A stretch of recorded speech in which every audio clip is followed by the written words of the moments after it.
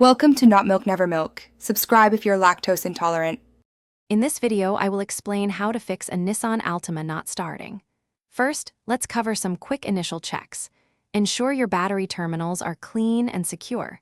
Listen for any clicking sounds when you turn the key, which might indicate a starter issue. Also, a simple oversight can be an empty fuel tank, so double-check your fuel gauge.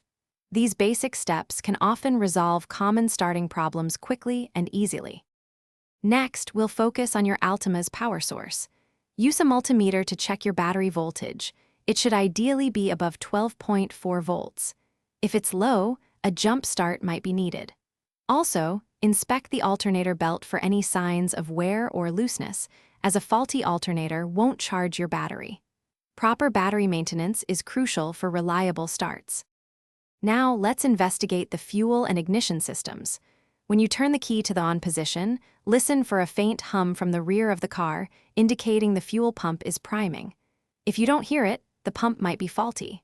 Also, check your spark plugs for any signs of wear or damage, as they are essential for combustion. A clogged fuel filter can also prevent starting. If your Altima still isn't starting after these checks, it's time for advanced diagnostics. An OBD-ROMAN2 scanner can reveal specific trouble codes that point to underlying issues. Don't forget to check fuses and relays, particularly those for the fuel pump and ignition system, as a blown fuse can halt operations. If you're still stuck, it's often best to seek assistance from a qualified mechanic. Thanks for watching. If this was helpful, leave a like and consider subscribing. See you next time.